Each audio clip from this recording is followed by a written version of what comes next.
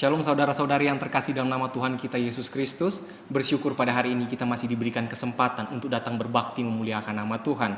Untuk itu saya persilakan saudara-saudari sekalian ambil sikap berdiri. Kita akan mendengarkan panggilan ibadah kita yang terambil dari Mazmur 62 ayat 6, 8, dan 9. Saya bacakan untuk kita semua. Hanya pada Allah saja kiranya aku tenang, sebab daripadanya lah harapanku. Pada Allah ada keselamatanku dan kemuliaanku. Gunung batu kekuatanku, tempat perlindunganku ialah Allah. Percayalah kepadanya setiap waktu, hai umat, curahkanlah isi hatimu di hadapannya. Allah ialah tempat perlindungan kita. Ibadah hari ini dibuka dalam nama Allah Bapa, Putra, dan Roh Kudus. Turunlah berkat anugerahnya atas kita yang beribadah kepadanya. Kita pujikan bersama-sama, berilah hormat padanya.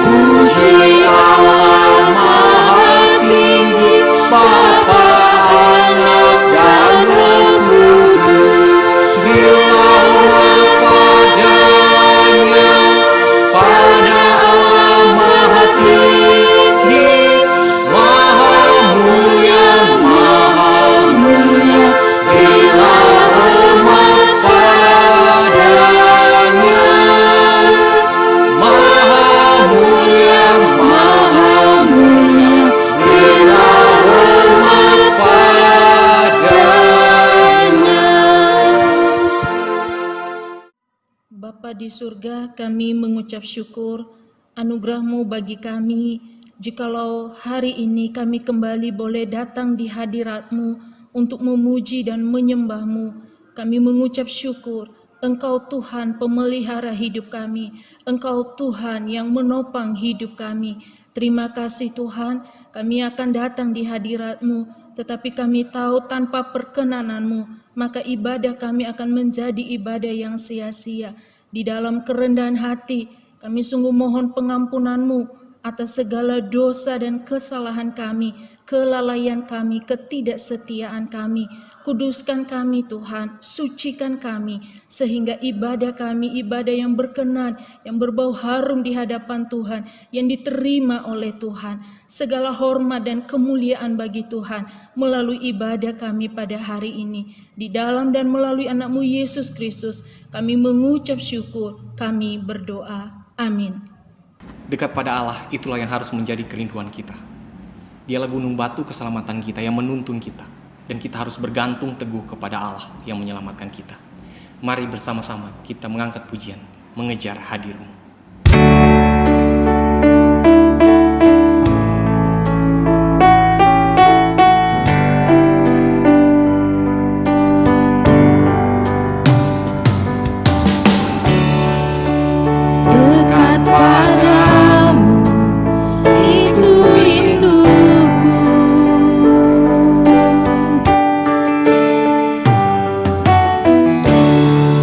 Setiap kataku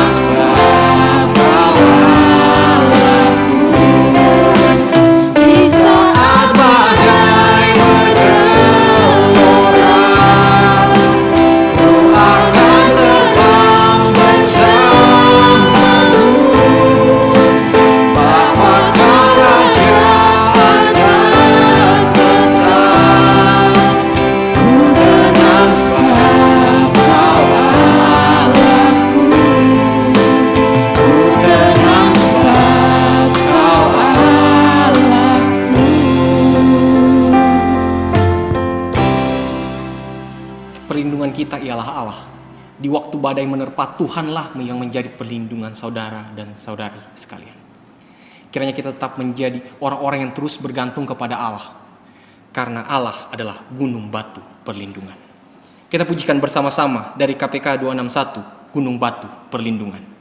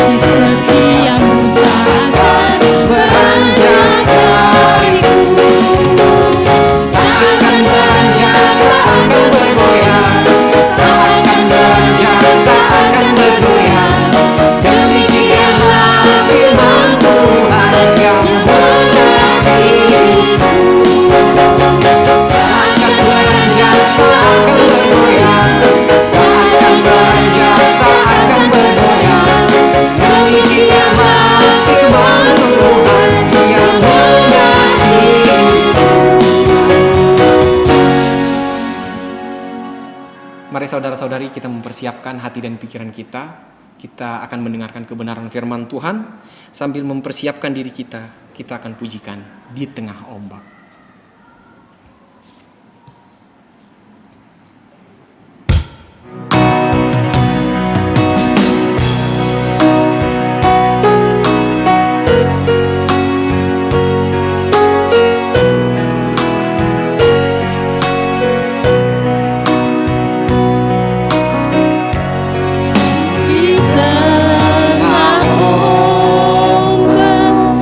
Dan arus pencobaan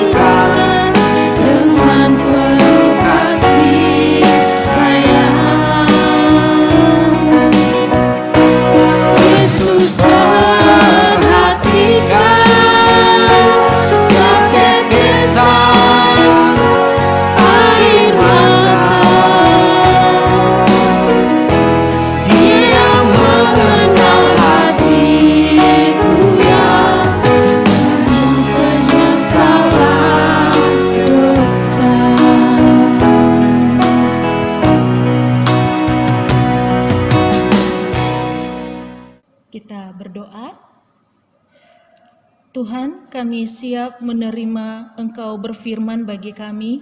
Kiranya Roh Kudus menolong kami untuk boleh memahami dan juga bisa melakukannya di dalam hidup kami.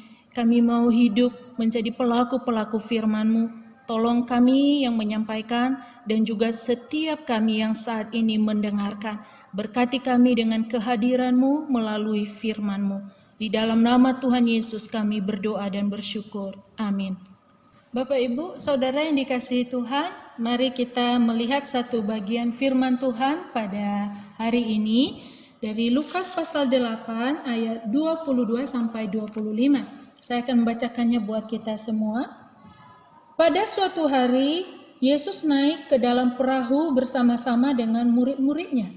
Dan ia berkata kepada mereka, "Marilah kita bertolak ke seberang danau." Lalu bertolaklah mereka. Dan ketika mereka sedang berlayar, Yesus tertidur. Sekonyong-konyong turunlah taufan ke danau, sehingga perahu itu kemasukan air dan mereka berada dalam bahaya. Maka datanglah murid-muridnya membangunkan dia, katanya, "Guru, kita binasa." Ia pun bangun, lalu menghardik angin dan air yang mengamuk itu. Dan angin dan air itu pun reda, dan danau itu menjadi teduh. Lalu katanya kepada mereka, "Di manakah kepercayaanmu?" Maka takutlah mereka dan heran.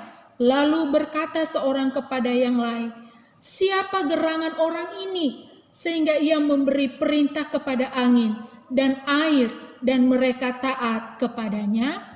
Sedemikian jauh kita membaca firman Tuhan. Yang berbahagia adalah mereka yang mendengar dan juga melakukannya. Tema firman Tuhan hari ini adalah pertolongan di tengah badai.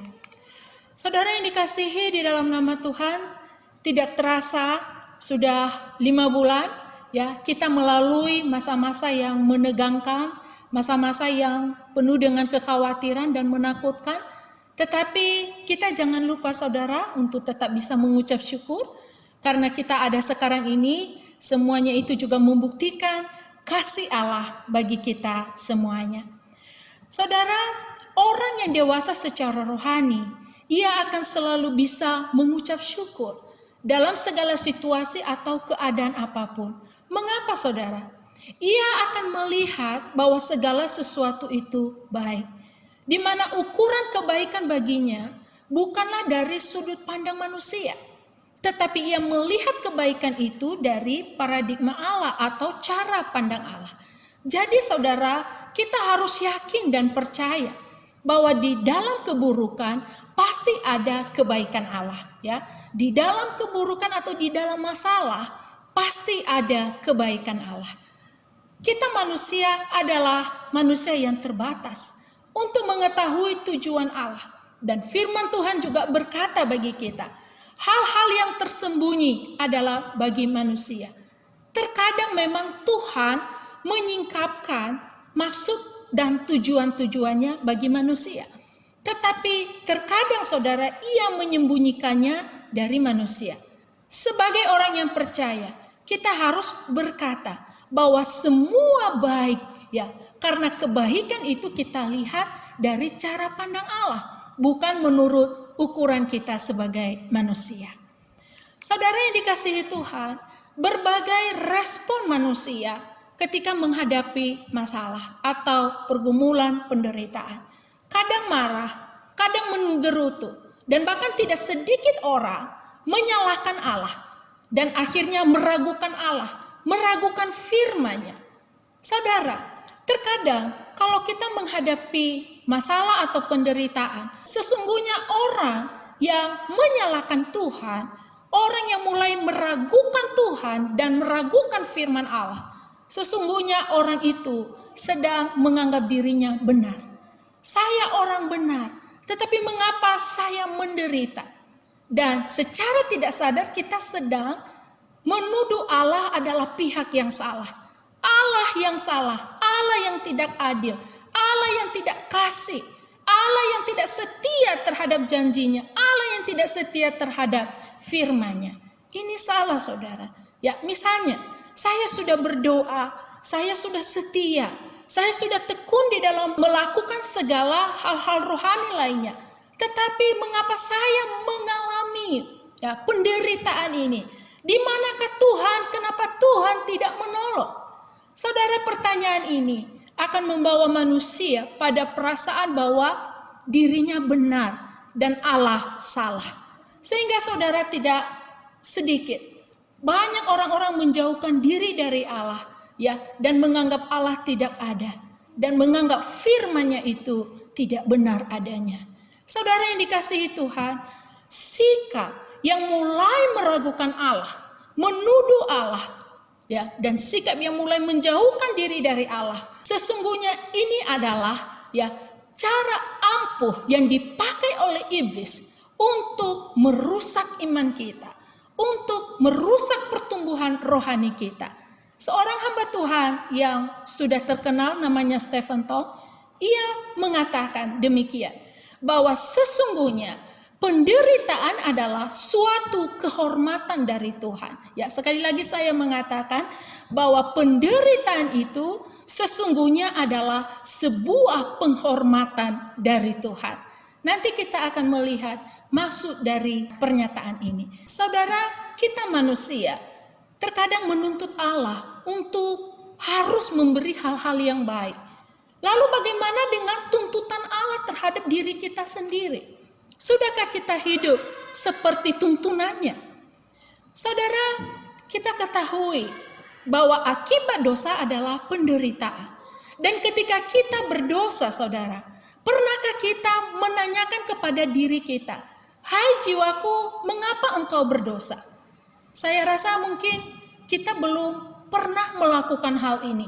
Menanyakan kepada diri sendiri, mengapa engkau melakukan dosa? Tetapi terkadang ketika kita melakukan dosa, maka kita menganggap itu tidak apa-apa. Allah itu penuh kasih, tidak masalah.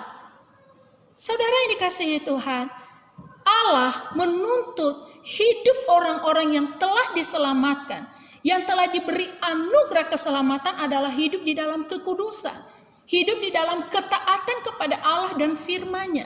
Dan ketika kita tidak taat, maka itu adalah masalah di hadapan Allah. Jadi jangan kita selalu menganggap remeh akan dosa dan akibatnya. Tetapi kita harus melihat bahwa ada tuntutan Allah bagi saya dan juga saudara untuk hidup sesuai dengan kehendak Allah. Sehingga saudara, di sini kita melihat bahwa kita tidak punya hak untuk menuntut Allah melakukan hal-hal yang baik, hal-hal seperti yang selalu kita inginkan. Yesaya pasal 59 ayat 1-2 dikatakan di sana, "Sesungguhnya tangan Tuhan tidak kurang panjang untuk menyelamatkan, dan pendengarannya tidak kurang tajam untuk mendengar. Tetapi yang merupakan pemisah antara kamu dan Allahmu ialah segala kejahatanmu, dan yang membuat Dia menyembunyikan diri terhadap kamu sehingga Ia tidak mendengar ialah segala dosamu."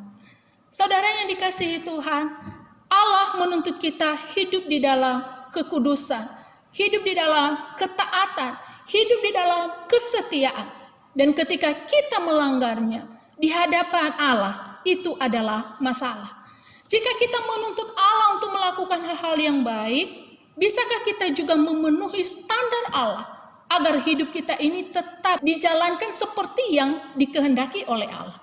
Jadi saudara, dalam keadaan apapun, manusia tidak bisa menyalahkan Allah atau menuduh Allah tidak adil, dan kita tidak bisa memposisikan bahwa diri kita adalah pihak yang benar dan Allah adalah pihak yang salah. Saudara yang dikasihi Tuhan, kita ingat di dalam kisah Ayub, pada waktu ia menderita sengsara, bagaimana respon Ayub terhadap penderitaan yang dialaminya? Dikatakan seizin Allah. Ayub dikatakan di sana, ia tidak menjadi seorang yang ateis atau memilih tidak percaya kepada Allah lagi. Justru di tengah penderitaannya, saudara, Ayub memuji Allah. Di dalam Ayub pasal 42 ayat 2 dan 3b dikatakan di sana, "Aku tahu bahwa Engkau sanggup melakukan segala sesuatu dan tidak ada rencanamu yang gagal. Tentang hal-hal yang sangat ajaib bagiku dan tidak ku ketahui. Jadi kita melihat bahwa di dalam penderitaannya, ia tetap menganggap bahwa ia adalah orang yang tidak mengerti.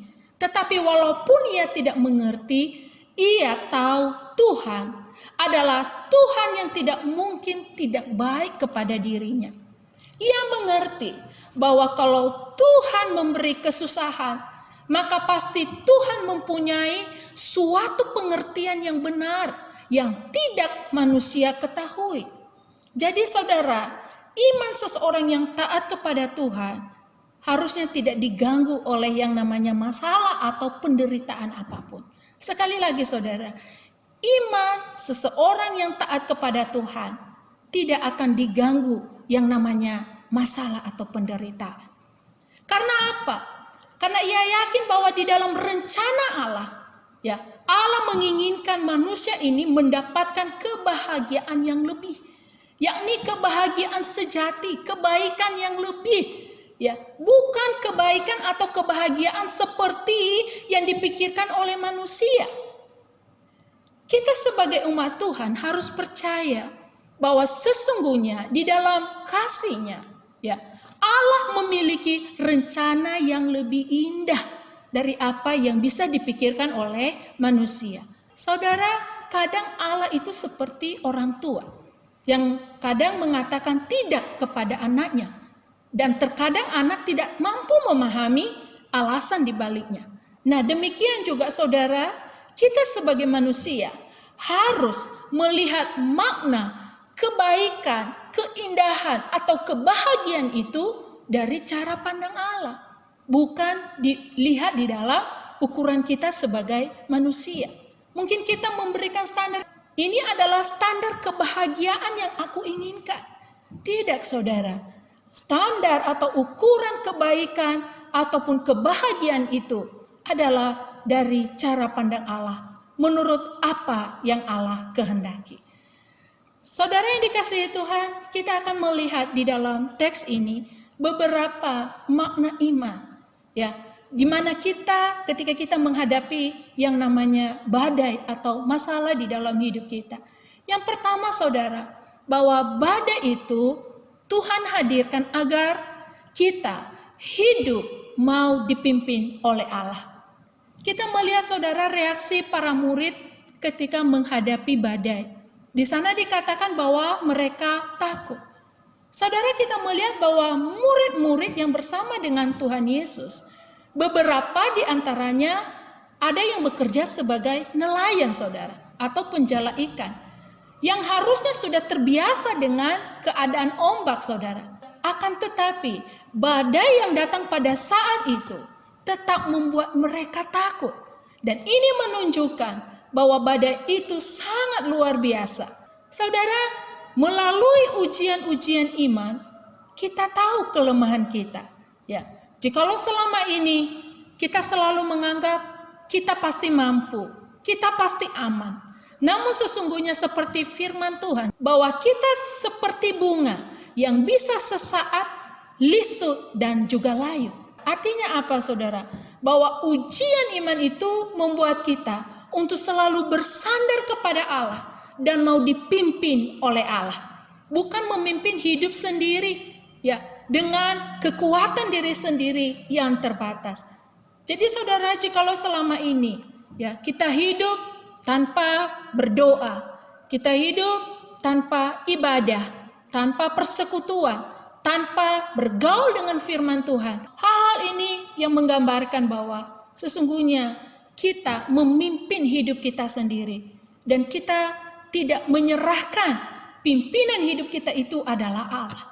Seseorang yang mau dipimpin oleh Tuhan saudara, pastinya ia bisa merespon masalah ataupun penderitaan yang dialaminya itu dengan berkata, jadilah seperti yang engkau kehendaki. Jadilah padaku seperti yang engkau kehendaki.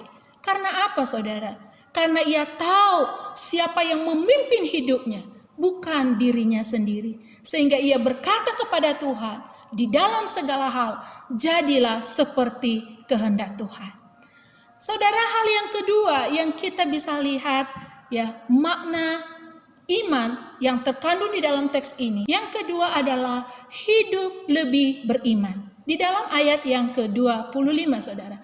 Allah menginginkan manusia memiliki iman yang lebih, yakni iman yang sempurna, iman yang sejati. Ya, kita lihat ketika Tuhan Yesus mengajak para murid untuk bertolak ke seberang danau. Tuhan berkata, marilah. Lalu para murid mentaatinya. Mungkin kita akan bertanya, di saat para murid taat, mengapa badai yang bisa membinasakan itu malah terjadi? Harusnya ketaatan itu membawa kebaikan kepada para murid. Ya, harusnya tidak ada ombak, ya, perjalanan lancar, perjalanan baik. Tetapi yang terjadi ketika mereka taat, malah badai yang hampir membinasakan itu datang, Saudara. Jadi kita melihat di sini, taat bukan berarti bahwa keadaan akan lancar, keadaan akan baik-baik saja. Kita melihat cerita Yunus, Saudara, ya.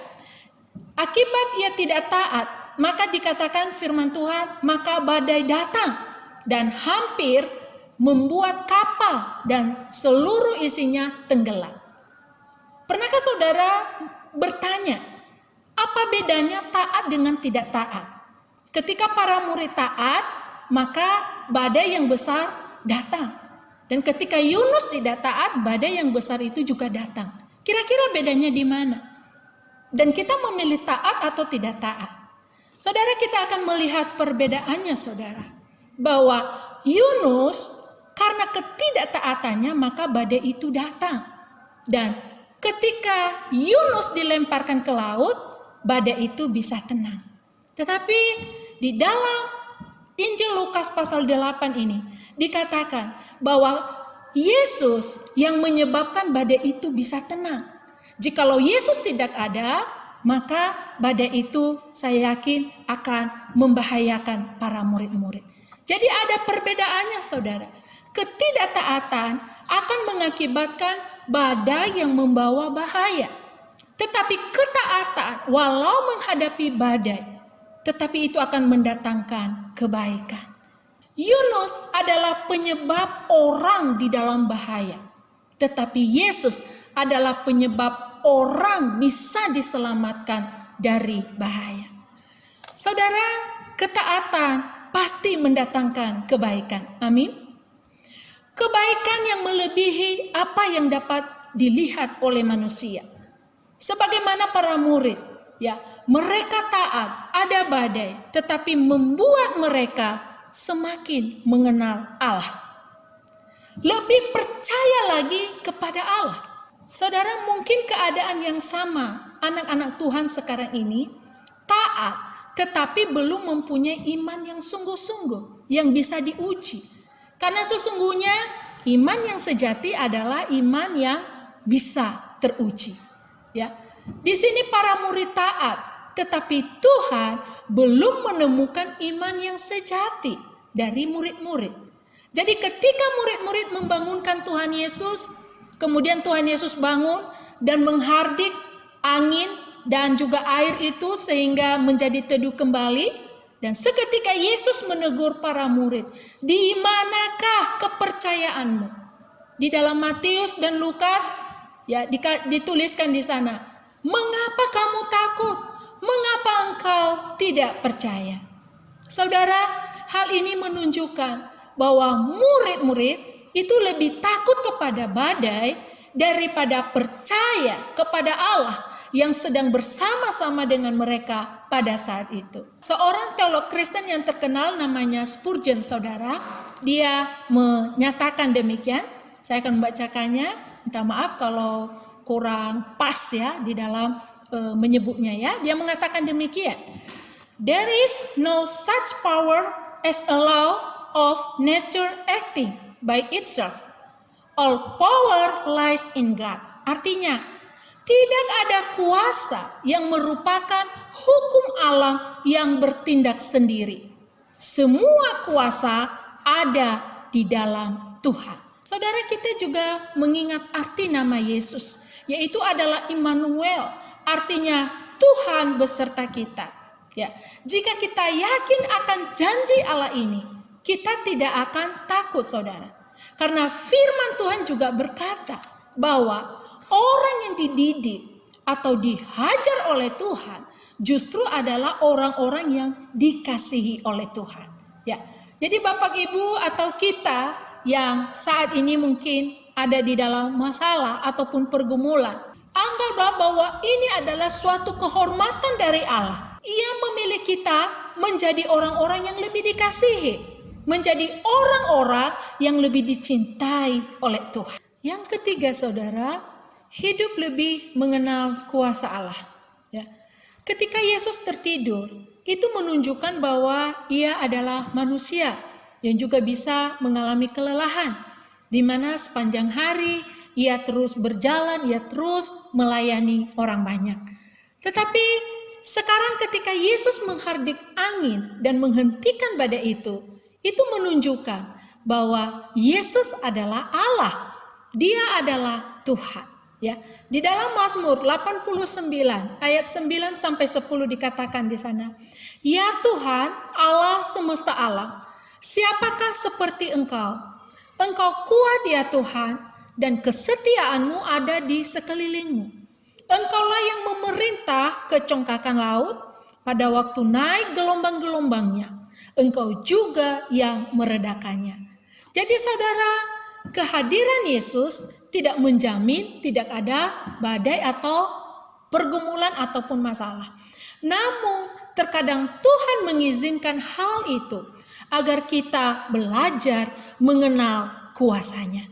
Kita semakin dibawa untuk mengenal siapakah Dia yang adalah Tuhan dan juga keselamatan kita. Lukas pasal 8 ayat 25 adalah bagian akhir di dalam teks ini menjelaskan bahwa pada saat para murid taat kepada Tuhan Yesus, tetapi di sana mereka belum kenal sungguh-sungguh siapakah itu Yesus. Kita lihat dari pertanyaan yang mereka ajukan, saudara. Siapakah gerangan orang ini sehingga ia memberi perintah kepada angin dan air dan mereka taat kepadanya? Badai yang luar biasa mengamuk itu, saudara, mendorong para murid ya, dan juga menjadi cara Allah agar para murid lebih lagi mengenal, lebih tahu lagi siapa pribadi yang sedang bersama-sama dengan mereka. Akhirnya saudara dinyatakan di sana bahwa mereka takut, tetapi takut dalam arti takjub kepada Allah dan kuasanya.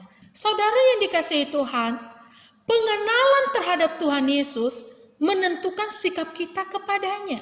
Ya, ketika kita mengenal Allah, maka kita tahu bagaimana kita menghormatinya, bagaimana kita bisa setia, bagaimana kita taat. Dan sikap kita kepada Allah akan juga menentukan sikap kita terhadap badai ataupun masalah yang menimpa hidup kita. Ketika kita tahu pribadi yang berjanji bahwa ia akan menyertai kita, maka saya yakin kita bisa memberikan respon yang tepat ketika kita menghadapi masalah. Kita percaya kepada Dia yang berjanji karena kita tahu Dia adalah Tuhan. Saudara yang dikasihi Tuhan, ada ungkapan yang mungkin tidak asing lagi bagi kita, dikatakan ya, ketika ketakutan menjadi besar, maka iman menjadi kecil.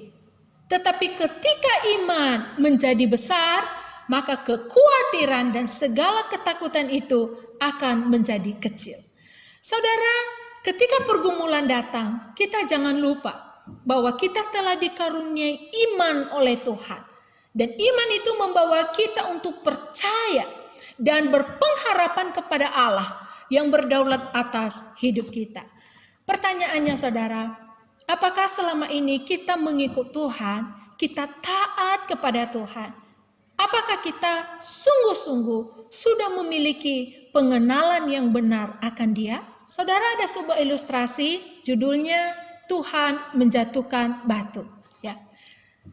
Diceritakan di sana ada seorang pekerja pada proyek bangunan memanjat ke atas tembok yang sangat tinggi. Pada suatu saat ia harus menyampaikan sebuah pesan penting kepada teman kerjanya yang ada di bawah, ya, yang ada di bawahnya. Pekerja itu berteriak-teriak, tetapi temannya yang ada di bawah tidak bisa mendengarnya, sehingga usahanya sia-sia. Oleh karena itu, untuk menarik perhatian orang yang sedang bekerja di bawahnya itu, ia mencoba melemparkan uang logam, saudara, di depan temannya, ya. Kemudian temannya itu berhenti, lalu mengambil uang itu, kemudian bekerja kembali. Tetapi ia tidak melihat di atas siapa yang melemparkan uang itu. Kemudian pekerja yang ada di atas ini mencoba sekali lagi. Ia menjatuhkan uang logam lagi. Kemudian pekerja yang ada di bawah mengambil uang itu, kemudian bekerja kembali. Dan ia tidak melihat siapa yang melemparkan uang itu, ya. Ketika pekerja yang ada di atas, saudara, melihat bahwa usahanya sia-sia, akhirnya ia mendapat ide, saudara. Ia mengambil batu kecil, lalu melemparkan ke bawah, tepat mengenai kepala pekerja itu, ya. Seperti itu. Kemudian karena merasa sakit, maka temannya itu menengadah ke atas. Dan sekarang pekerja yang sedang berada di atas itu bisa menyampaikan pesannya yang akan disampaikan untuk orang yang sedang bekerja di bawahnya. Saudara yang dikasihi Tuhan, hal yang sama, saudara, bahwa Tuhan kadang-kadang menggunakan pengalaman-pengalaman yang menyakitkan untuk membuat kita menengadah kepadanya. Seringkali Tuhan memberi berkat, tetapi itu tidak cukup untuk membuat kita menengadah kepadanya. Karena itu memang kadang-kadang lebih tepatnya Tuhan menjatuhkan batu, ya, kepada kita agar kita menengadah dan semakin mengenal Dia. Saudara yang dikasihi Tuhan, di dalam Ibrani 12 ayat 10 sampai 12 firman Tuhan berkata di sana, sebab mereka mendidik kita dalam waktu yang pendek sesuai dengan apa yang mereka anggap baik. Tetapi Dia, yaitu Tuhan, menghajar kita untuk kebaikan kita, supaya kita beroleh bagian di dalam kekudusannya. Memang tiap-tiap ganjaran pada waktu ia diberikan tidak mendatangkan sukacita, tetapi duka cita. Tetapi kemudian ia akan menghasilkan buah kebenaran yang memberikan damai kepada mereka yang dilatih olehnya. Saudara, melalui firman Tuhan ini, bagaimanakah kita meresponi badai atau masalah yang datang di dalam hidup kita? Yang pertama, saudara, mari kita hadapi dengan iman yang dikaruniakan Tuhan. Ya, melalui peristiwa angin ribut diredakan ini, Tuhan ingin menegaskan bahwa ada iman pemberian Tuhan yang dapat digunakan untuk menghalau badai hidup itu. Sehingga Tuhan bertanya kepada para murid, di manakah imanmu? Di manakah kepercayaanmu? Ini menunjukkan, saudara, bahwa kita bisa menghadapi badai kehidupan itu dengan iman yang sudah dikaruniakan Allah bagi kita. Sehingga Bapak Ibu Saudara, sangat penting untuk kita bisa membangun iman kita setiap saat, yaitu dengan tekun membaca firman-Nya, tekun berdoa, beribadah, bersekutu kepada Dia. Dan hal-hal ini akan membangun iman kita, akan memberi kekuatan kepada iman kita. Ketika ada badai atau masalah yang kita hadapi, maka iman itu dapat kita gunakan untuk menghadapi segala masalah atau penderitaan itu. Hal yang kedua, saudara, ingatlah bahwa kita punya Tuhan yang Maha Kuasa. Ya, Ia tetap pemegang kendali atas hidup kita. Ia adalah penguasa atas hidup kita. Dan Ia juga adalah penguasa atas segala kejadian-kejadian alam yang terjadi.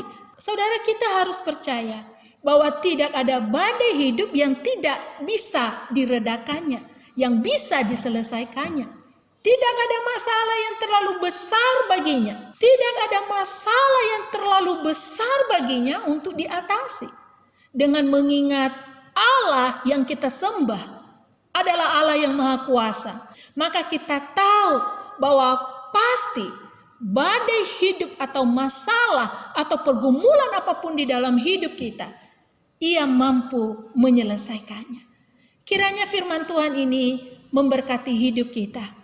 Kita menghadapi badai atau masalah apapun sebagai orang-orang yang beriman, orang-orang yang mengenal Kristus, orang-orang yang percaya bahwa kuasa Allah itu ada dan tidak lagi meragukannya.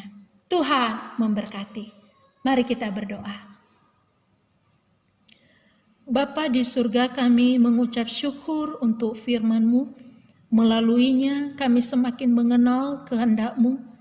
Bahkan di dalam semua peristiwa-peristiwa di dalam hidup kami, dan bahkan peristiwa-peristiwa yang terjadi di alam ini, sesungguhnya alam ini adalah ciptaan-Mu, dan Engkau berkuasa atasnya Tuhan. Engkau berkuasa untuk mengendalikannya. Untuk itu biarlah kami menghadapi segala sesuatu dengan iman yang telah Engkau karuniakan bagi kami. Tolong kami untuk bisa tekun, untuk bisa bertumbuh di dalam iman, sehingga kami memperoleh kekuatan di saat badai kehidupan kami itu datang. Terima kasih Tuhan. Di dalam nama Tuhan Yesus, kami bersyukur untuk firman-Mu. Amin. Mari kita mengikrarkan pengakuan iman rasuli. Pengakuan iman rasuli. Aku percaya kepada Allah, Bapa yang Maha Kuasa, Khalik langit dan bumi, dan kepada Yesus Kristus anaknya yang tunggal Tuhan kita, yang dikandung dari Roh Kudus, lahir dari anak darah Maria, yang menderita sengsara di bawah pemerintahan Pontius Pilatus, disalibkan, mati dan dikuburkan, turun ke dalam kerajaan maut. Pada hari yang ketiga, bangkit pula dari antara orang mati, naik ke surga, duduk di sebelah kanan Allah, Bapa yang Maha Kuasa, dan dari sana Ia akan datang untuk menghakimi orang yang hidup dan yang mati. Aku percaya kepada Roh Kudus, gereja yang kudus dan am, persekutuan orang kudus, pengampunan dosa, kebangkitan tubuh, dan hidup yang kekal. Amin. Waktunya kita akan memberikan persembahan kita. Mari kita siapkan persembahan, dan sambil mempersiapkan persembahan kita akan memuji Tuhan. Dia mengerti.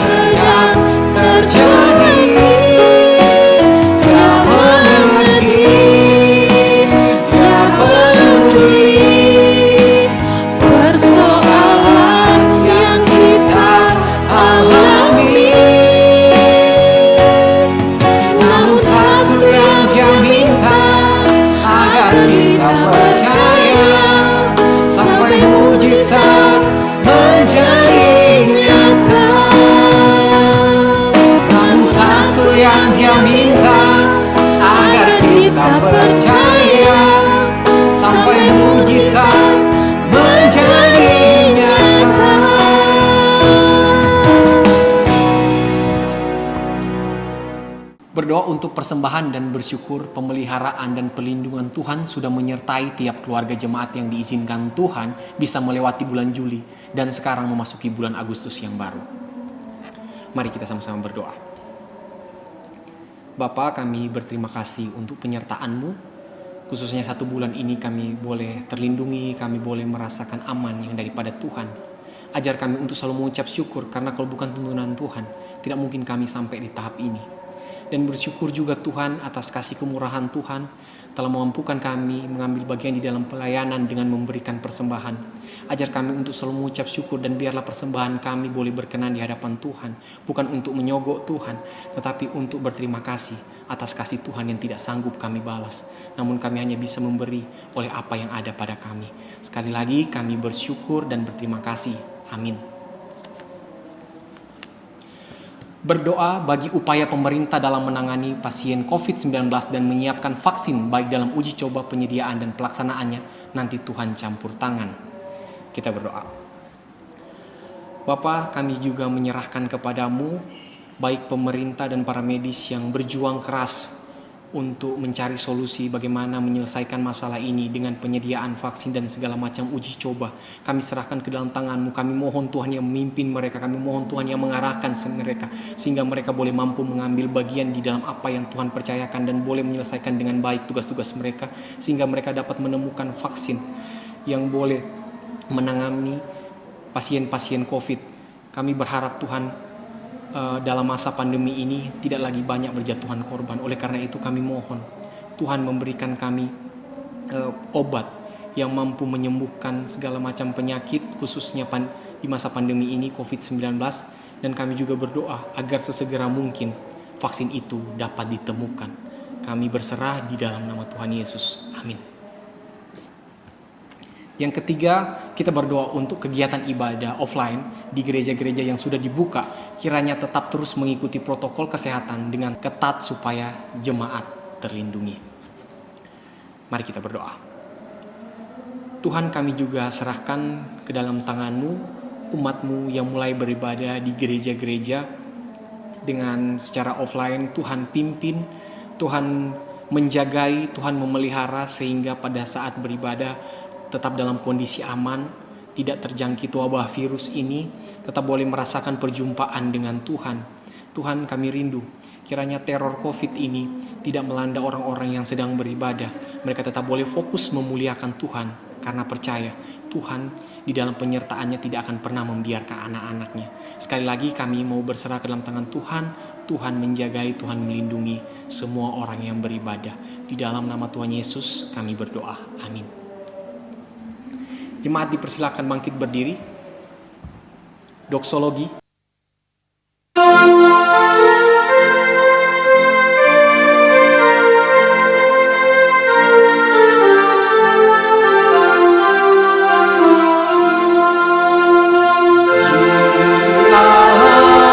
Bapa, Putra, puji Allah Roh Kudus, ketiganya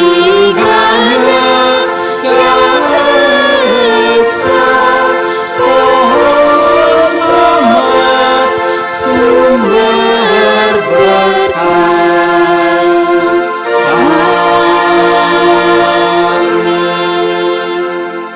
Bapa di surga, kami mengucap syukur. Kami boleh beribadah di dalam memuji dan menyembah-Mu. Kami juga boleh mendengar kehendak-Mu melalui firman-Mu. Tolong kami Tuhan, tidak ada seorang pun yang tahu akan hari esok. Engkau telah mengaruniakan kami iman, dan ketika badai itu datang di dalam hidup kami percaya Tuhan, kami mampu menghadapinya. Terlebih kami tahu bahwa rancangan-Mu adalah yang terbaik bagi kami. Kami bersyukur, biarlah tiap-tiap hari kami penuh dengan sukacita. Kami boleh melihat Allah sebagai Tuhan yang berkuasa atas hidup kami, dan Engkau yang berjanji akan menyertai kami. Amin. Bapak, Ibu, Saudara yang dikasihi Tuhan, arahkanlah hatimu kepada Tuhan dan terimalah berkat Tuhan. Kasih karunia dari Allah Bapa, keselamatan dari Tuhan Yesus Kristus, penghiburan, dan kekuatan dari Roh Kudus akan bersama dengan kita, akan menyertai kita dari sekarang sampai selama-lamanya. Amin. Jemaat dipersilakan berdiri. Kita akan mengakhiri ibadah kita pujikan blessing song.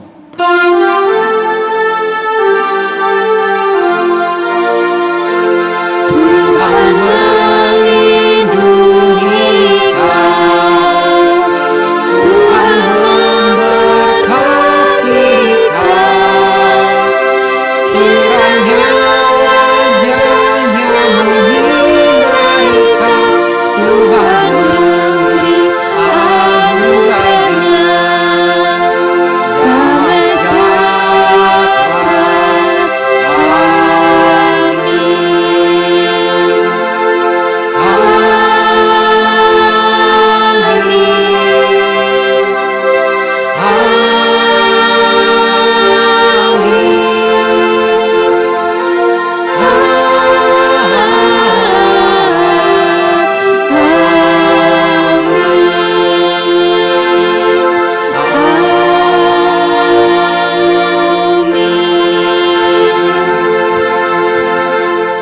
Silakan duduk, ibadah selesai.